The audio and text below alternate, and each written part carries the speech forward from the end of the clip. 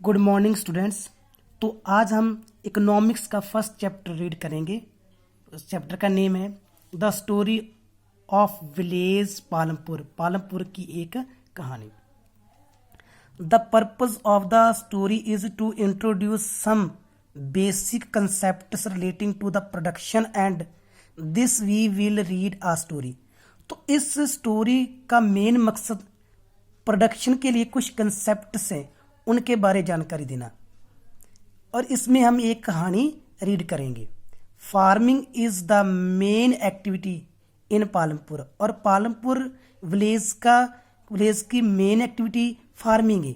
Where as several other activities such as small scale manufacturing, dairy, transport etcetera are carried out on a limited scale. इस village में बहुत सी और भी activities की जाती हैं, जैसे कि स्मॉल स्केल मैन्युफैक्चरिंग, छोटे छोटे निर्माण के वर्क हो गए, डेयरी फार्मिंग, ट्रांसपोर्ट, ये कार्य किए जाते हैं, पर ये छोटे स्केल पर किए जाते हैं, लिमिटेड स्केल पर किए जाते हैं। These production activities need various type of resources. In activities, जो प्रोडक्शन की एक्टिविटीज़ हैं, इनको कंप्लीट करने के लिए भिन्न भिन्न प्रकार के स्रोतों की ज़रूरत पड़ती है, जैसे natural resources, man made items, human efforts, money etcetera. ये सभी चीज़ों की इन एक्टिविटीज़ को कंप्लीट करने में ज़रूरत पड़ती है। Organisation of production. The aim of production is to produce the goods and the services that we want. जो इसका मेन एम है, प्रोडक्शन का मेन एम है, वो गुड्स और सर्विसेज, जो सेवाएं होती हैं, उनको पैदा करना जिनकी हमें ज़रूरत होती है।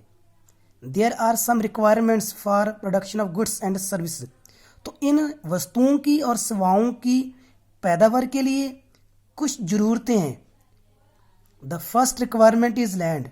जो पहली ज़रूरत है वो लैंड है, एंड अदर नेचुरल रिसोर्सेज, और नेचुरल रिसोर्सेज हैं, such as water, forests, minerals, इन सभी की ज़रूरत पड़ती है।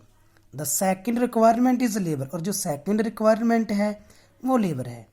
The third requirement is physical capital. जो थर्ड रिक्वायरमेंट है वो फिजिकल कैपिटल है। Multi cropping.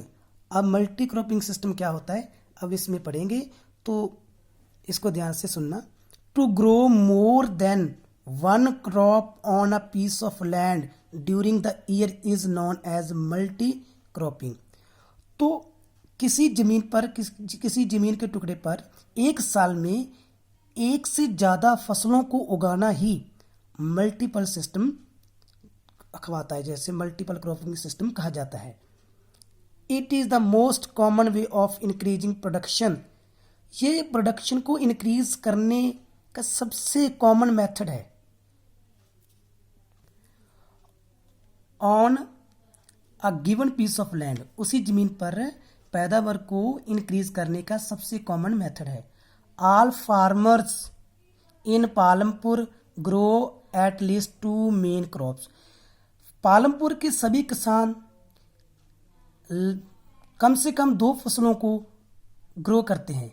Many are growing potato at the third. और उनमें से बहुत सारे किसान जो थर्ड क्रॉप के तौर पर पोटैटोज उनको ग्रो कर रहे हैं। Crop, the third crop in the past 15 to 20 years. ये क्रॉप की ग्रो हो रही है वो पिछले 15 और 20 ईयर्स में हो रही है। इस प्रकार इसको मल्टीपल क्रॉपिंग सिस्टम कहा जाता है। एक ज़मीन के टुकड़े पर 2 से ज़्यादा फसलें उगाना मल्टीपल क्रॉपिंग सिस्टम अखवाता है। अगर किसी को किसी प्रकार का डाउट हो, किसी क्वेश्चंस की कोई समझ ना आ रही है पिछले चैप्टर में, और कोई समस्या हो, तो इस नंबर पर मुझे कॉल कर लेना। Thanks, have a nice day.